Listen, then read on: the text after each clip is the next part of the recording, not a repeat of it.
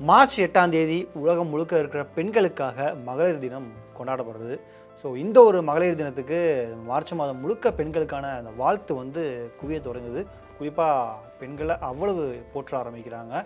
ஆனால் இப்படி கொண்டாடப்படுறதுக்கான காரணம் என்ன தெரியுமா? இந்த மகளிர் தினம் எப்படி உருவாச்சு, எப்படி ஆரம்பிச்சது, இதுக்கான வரலாறு என்ன அப்படிங்கிறது தான் இப்போ நாம் பார்க்க போகிறோம்.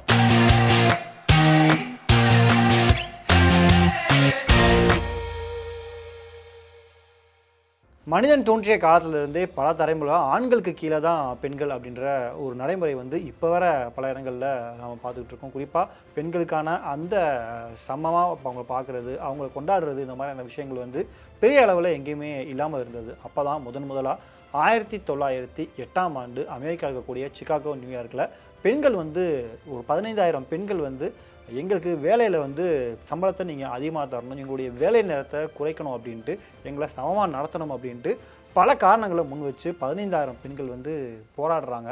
அந்த ஒரு போராட்டம் மிகப்பெரிய எதிர்ப்பு முனையாக அமையுது 1908ஆம் ஆண்டு. அந்த போராட்டத்தில் எல்லாரையுமே கவனம் ஈர்த்தவங்க யார் அப்படின்னு பார்த்தீங்கன்னா, பெண் உரிமை போராளி கிளாரா ஜெட்கின் தான்.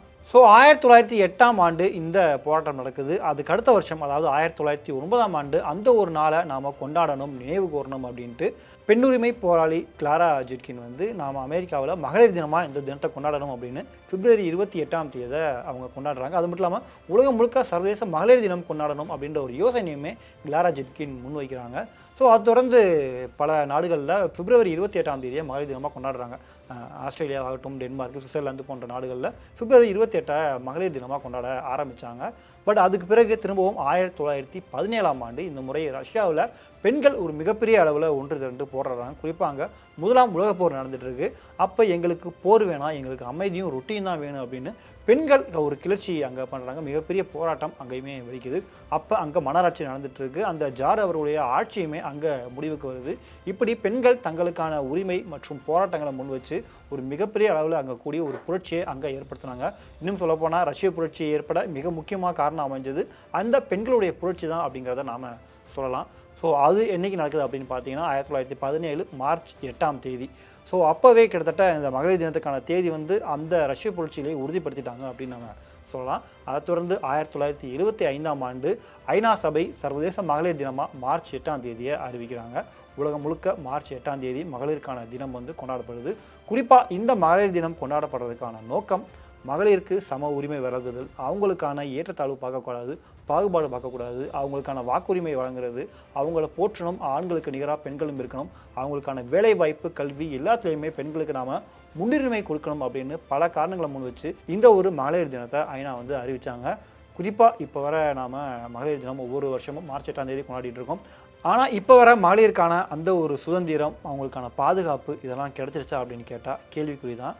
காலம் தொடர்ந்து பெண்களுக்கான கல்வி ரொம்பவே முன்னேறி இருக்குது. பல துறைகளில் பெண்கள் தங்களை நிரூபிச்சுட்டு இருக்காங்க. குறிப்பாக நம்ம ஊர்களில் பெண் குழந்தை பிறந்தாலே அது அந்த குடும்பத்துக்கு சீர்கேடு, பெண் குழந்தை பிறந்தால் கள்ளிப்பால் கொடுத்து கொள்கிற கதையெல்லாம் கூட நாம் கேள்விப்பட்டிருக்கோம். பல செய்திகளையுமே நாம் பார்த்துருக்கோம்.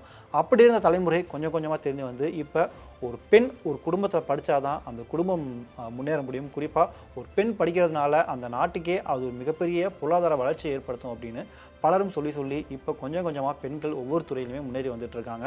ஆண்களுக்கு நிகராக, ஏன் ஆண்களை விட மேலேயே பல துறைகளில் பெண்கள் தங்களுடைய சாதனைகளை படைச்சிட்ருக்காங்க.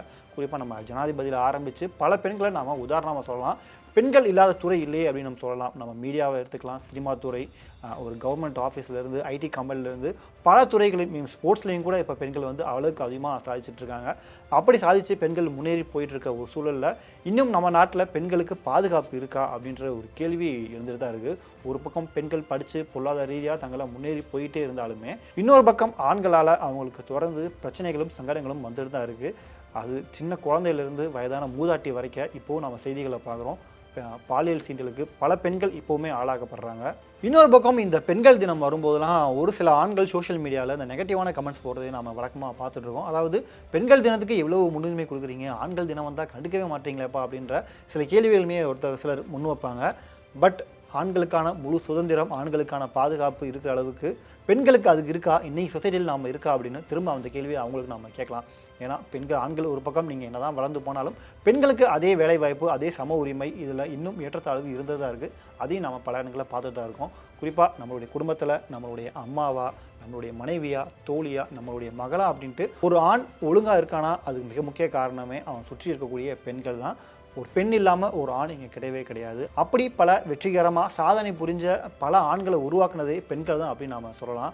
ஸோ மகளிர் தினம் கொண்டாடக்கூடிய இந்த மார்ச் 8ஆம் தேதி அந்த பெண்களுக்கான முழு பாதுகாப்பு, முழு சுதந்திரத்தை கொடுக்க வேண்டியது ஒவ்வொரு ஆண்களுடைய கடமை அப்படின்றத மட்டும் எல்லா ஆண்களும் மறந்துடாமல் இருக்கணும். ஸோ மார்ச் 8ஆம் தேதி இந்த மகளிர் தினம் கொண்டாடப்படுது. இப்போவும் சமூகத்தில் பல குற்றங்கள் பெண்களுக்கு எதிராக நடந்துட்டு தான் இருக்குது. காலப்போக்கில் அதுவும் குறையும், அதுவும் மாறும் அப்படின்னு நாம் நம்புவோம். ஸோ உலகம் முழுக்க இருக்கக்கூடிய பெண்களுக்கு இனிய மகளிர் தின வாழ்த்துக்கள்.